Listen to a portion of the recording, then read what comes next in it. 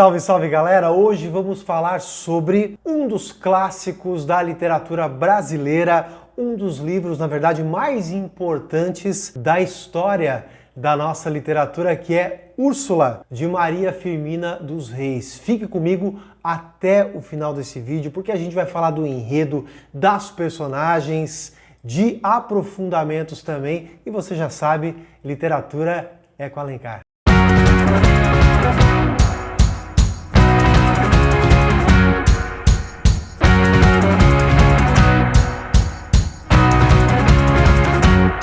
Sobre Maria Firmina dos Reis, nós já temos um vídeo aqui no nosso canal, depois você dá uma olhadinha, a vida dela, que não foi nada fácil, mulher negra, vivendo em um país escravocrata, patriarcal, e mesmo assim ela lutou bastante para conseguir fazer a sua arte, que principalmente foi a literatura, mas ela foi também musicista, compositora, a arte da palavra com certeza foi o que a projetou mais, só que essa projeção demorou para acontecer. Maria Firmina dos Reis nasceu no Maranhão, no início do século XX, viveu a vida toda lá, foi professora e, paralelo à carreira de professora, ela também escreveu bastante. Escreveu romance, conto, poesia, participou da vida jornalística lá da região dela, mas nunca teve muita projeção, não teve projeção nacional enquanto foi viva e viveu as dificuldades relativas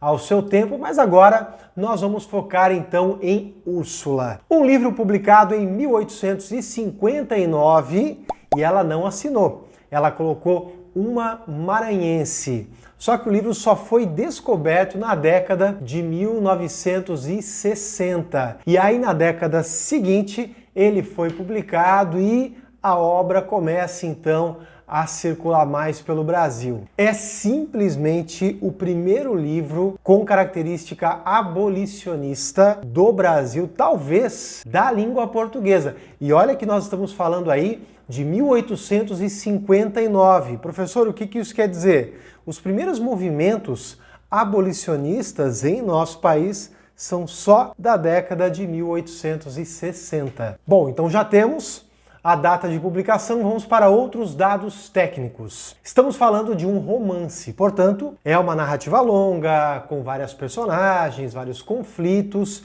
e é um romance romântico, porque ele pode ser inserido dentro dessa escola literária que é o romantismo. E dá para ver que é um livro romântico? Sim, há elementos desse movimento, como por exemplo, a questão da idealização das personagens, do amor, o amor com todas as suas dificuldades, o amor impossível que os românticos tanto gostam. Só que esse é um dos eixos narrativos do livro. O outro tem a ver com a negritude, tem a ver com os escravos. É no segundo eixo narrativo que estão Túlio e Susana. Ele, um afro-brasileiro, ela, uma africana. A sensação que a gente tem ao ler Úrsula, na verdade, é que o que a autora quer falar é sobre isso. É sobre uma denúncia em relação à escravidão, em relação à violência que a escravidão gera. Ela quer mesmo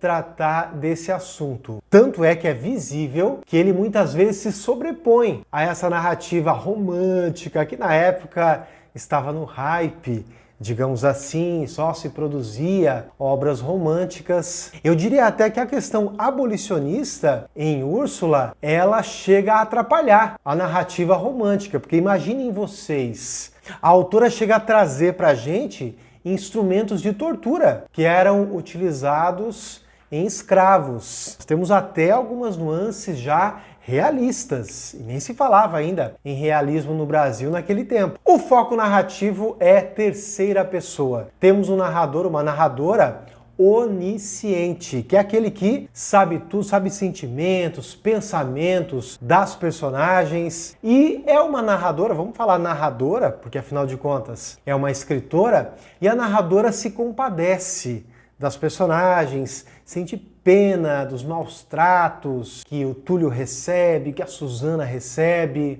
A questão tempo e espaço não é bem clara na obra. Logo no começo, quando nós temos toda aquela descrição da natureza, por onde está cavalgando o melancólico Tancredo, ali a gente tem uma alusão ao norte, lembrando que a autora era do Maranhão. Quando ela vai especificar alguma província, alguma localidade, ela coloca reticências. Vocês perceberam?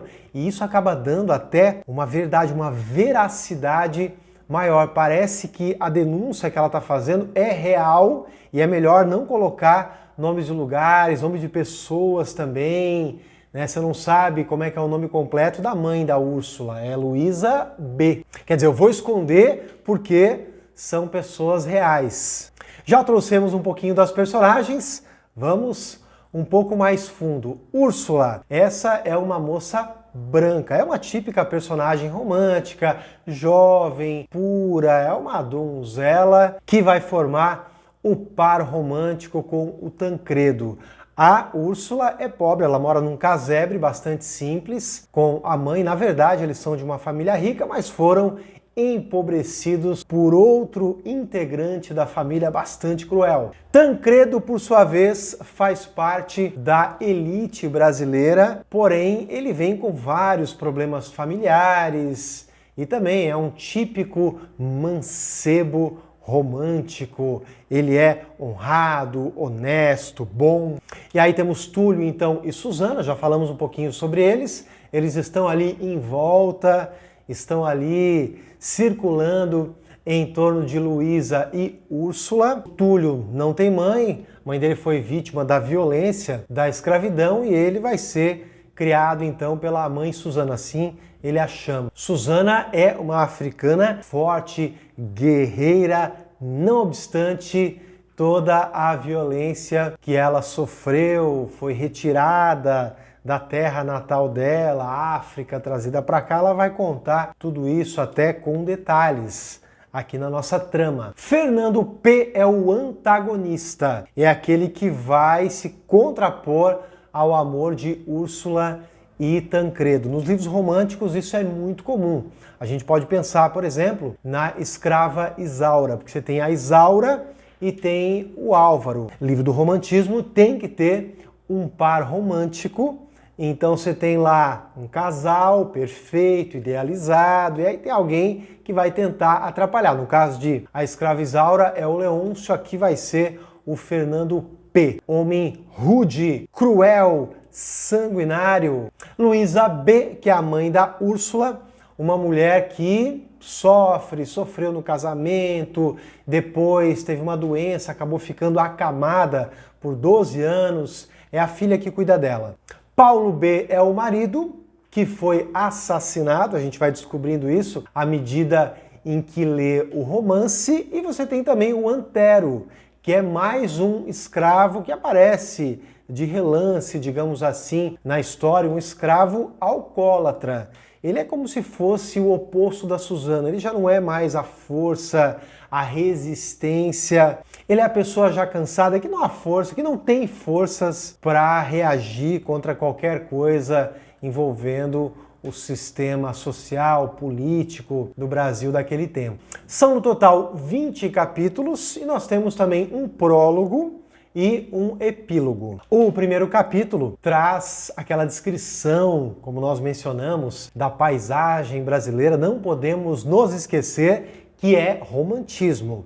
E o romantismo vai idealizar muito a natureza brasileira, porque afinal de contas, agora pela primeira vez a gente é uma nação e não mais uma colônia. Em meio àquela paisagem maravilhosa, nós temos o cavaleiro, nós temos o mancebo Tancredo, que sofre um acidente, lá o seu cavalo cai, ele cai também, desmaia e é resgatado pelo escravo Túlio. Agora é interessante que quando o escravo chega, a primeira descrição que a gente tem dele é de que ele é simplesmente um homem. Nós não sabemos se ele é branco, se é negro, se ele é escravo ou se não é. Então, já no primeiro capítulo, percebemos que a autora faz todo um esforço para descoisificar, digamos assim, a figura do escravo, torná-lo um homem como qualquer outro, igualar Túlio a Tancredo. Aliás, o Túlio, ele aparece até numa posição superior, porque se você prestar bem atenção, ele vai olhar para Tancredo de cima para baixo. Mas a questão da igualdade é importante. Olha só o título do primeiro capítulo: Duas almas generosas. Podemos até ficar imaginando aqui que fisicamente nós podemos ter até alguma diferença. Nós temos diferenças fisicamente, mas em termos de alma somos todos iguais. Na verdade, somos todos iguais também exteriormente. A sociedade é que impôs aí segregações, divisões, preconceito. Túlio, então, encaminha o nosso ferido mancebo para a casa mais próxima, que era a casa da Dona Luísa e da Úrsula. Então vejam que moram aí duas mulheres. As figuras femininas nesse livro têm um valor ímpar. Então, na verdade, nós vemos uma autora muito preocupada em denunciar a questão da escravidão e da violência decorrente desse sistema e também a questão do patriarcalismo que reprimia, oprimia as mulheres lá no Brasil do século XIX. E aí na Dona Luísa e na Úrsula você já vê duas representantes das figuras femininas desse livro. A Úrsula é uma sonhadora, pura, mas que vai sofrer também violência por causa do Fernando. A Dona Luísa é a mulher sofredora. Temos a mãe do Tancredo, que é a mulher submissa, é aquela que sofre violência psicológica por parte do marido dela. Temos a Susana, que é a mulher guerreira, mas para nenhuma dessas a vida é fácil. Então veja que Maria Firmina dos Reis está trazendo para a gente um painel do que era ser mulher naquele tempo. Não era fácil viver como uma mulher, imagine uma mulher negra como era a autora. Então não era fácil viver, não era fácil sobreviver, porque já vou antecipar aqui um pequeno spoiler. O que você acha que vai acontecer com todas essas figuras femininas? E sim, nós vamos ter spoilers aqui, porque afinal de contas temos que falar de várias nuances desse livro. Pode ajudar muito quem está querendo conhecer melhor a obra, quem vai fazer vestibular. Tancredo acaba sendo cuidado por Úrsula e por Túlio, e aí, com o passar do tempo, o jovem vai melhorando, vai olhando cada vez mais para Úrsula, ela para ele, ali vai nascer um grande amor. Mas enquanto Tancredo está se recuperando, ele tem alguns delírios, ele delira e chama o nome de Adelaide, o que deixa até a Úrsula um pouco apreensiva. Será que é o amor da vida dele? Será que não é? Quando realmente Tancredo se sente melhor, ele vai se declarar para Úrsula, é recíproco, então eles se amam, eles querem ficar juntos, mas antes de qualquer coisa, ele resolve falar para ela a história pregressa dele, quem é a Adelaide, o que aconteceu na vida dos dois, de Tancredo e Adelaide. Rola aí uma espécie de flashback, então nós temos um retorno. E é uma história muito triste, porque uma prima da mãe do Tancredo foi morar na casa deles, Tancredo se apaixonou, mas o pai acabou obrigando ele a assumir um trabalho em outra província, muito longe. Quando ele voltou, ele tinha descoberto que, na verdade, a Adelaide estava casada com o pai dele, a mãe havia morrido, aí ele amaldiçoa o pai, amaldiçoa a sua ex-amada, diz que, na verdade, o pai tratou tão mal a mãe que ela acabou morrendo, aí ele pôde concluir essa promiscuidade dele. Mas Úrsula garante que com eles vai ser diferente. Depois, eles pedem autorização para Dona Luísa, que a princípio fica meio receosa, que afinal de contas Úrsula não era ninguém, ele era um rapaz da alta sociedade. Porém, ela percebe que ele tem bom coração e resolve consentir. Depois disso, nós vamos ter talvez o capítulo mais genial desse livro, que é o capítulo 9. Porque Túlio, quando ajuda Tancredo, acaba ganhando de recompensa a alforria. Ele fica muito feliz, muito satisfeito e vai contar o acontecimento para a mãe Susana, que alerta: tem certeza que você é um homem livre? A nossa vida não é nada fácil. E ela vai contar, então, toda a trajetória de escrava dela. E é a primeira vez que que nós vamos ter na literatura brasileira um diálogo entre dois escravos. Maria Firmina dos Reis abandona a terceira pessoa e coloca agora uma primeira. Então nós vamos ter uma conversa entre Túlio e Susana e nós vamos ter um escravo mesmo contando toda a questão da diáspora. É algo inédito nas nossas letras. Ela fala de toda a história dela, quer dizer, cresceu, viveu toda a vida lá na África, casou, teve uma filha, até que um belo dia foi capturada e brutalmente colocada em um navio negreiro e trazida para a América. Nessa parte que nós vamos ter a maior demonstração do romance de como é que se tira essa aura de objeto que o escravo tem, porque afinal de contas a Susana é dotada de quê? De memória. Então ela tem uma memória, gente, esse é o recurso mais humano que existe, mais complexo da nossa espécie, quer dizer, ela tem toda uma história, ela tem toda uma lembrança, uma recordação. Quem tem memória é porque se faz ser humano. O Tancredo, antes de se casar com Úrsula, precisa resolver algo fora, ele precisa empreender uma viagem e o Túlio vai com ele, porque afinal de contas Túlio será agora o fiel escudeiro, vão ser aí o Dom Quixote e o Sancho Panza. E Úrsula, com a presença do seu amado, desenvolve o hábito de pensar junto à mata, tem lá um jatobá, ela deita na raiz do jatobá e fica pensando em Tancredo. É numa dessas que ela acaba encontrando Fernando B. Na verdade, Tancredo tinha recém-partido quando ela está lá e se depara com esse homem que para ela era desconhecido, mas ele a conhecia. Na verdade, Fernando é o tio, ele é o irmão da Dona Luísa, só que eles não tinham contato. Por isso que a Úrsula não o conhecia. E quando ele vê aquela jovem, ele fica fascinado, ele fica obcecado por ela, e aí ele vai criar uma ideia na mente dele de que ele precisa tê-la como esposa. A briga aí de família é porque Fernando não gostava do falecido pai de Úrsula. Inclusive foi ele que o assassinou, conseguimos entender isso lendo o livro. E ele era um homem, o pai da Úrsula, que não lidava bem com as finanças, além de trair também. A Dona Luísa colocou fora a riqueza da família e aí o Fernando foi lá, pagou as dívidas de Dona Luísa e de Úrsula, em contrapartida as duas ficaram sem nada. A família deles era uma família de posses e as posses ficam todas com o Fernando e para as duas restam então aquele casebre, pouquíssimos escravos e assim elas precisam dar um jeito de sobreviver. E a partir do momento em que Fernando cria esse desejo, ele vai mover céus e terras ou infernos, que eu acho que combina mais com ele, de acordo com a narrativa, ele vai fazer tudo que está ao alcance dele para ter aquela jovem. Ele vai até falar com a própria Dona Luísa, que fica desesperada. Ela também já está muito doente, ela vai acabar falecendo. Antes de ela morrer,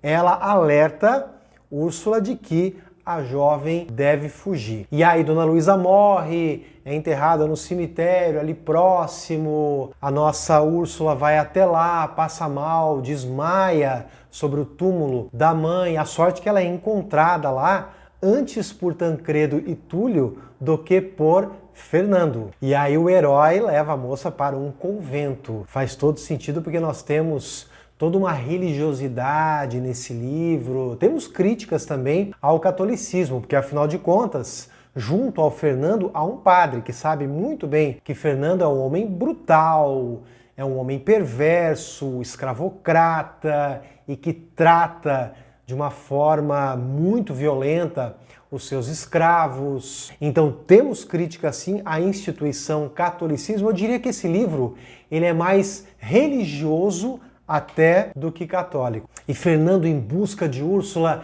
esbraveja, ele sente muita raiva por a moça não estar com ele, sente ciúme também. Há uma passagem, inclusive, do livro em que a narradora compara Fernando ao Otelo, que é aquela peça do Shakespeare. Otelo também sente muito ciúme de Desdémona. Mas o Shakespeare não é a principal fonte de citações da autora.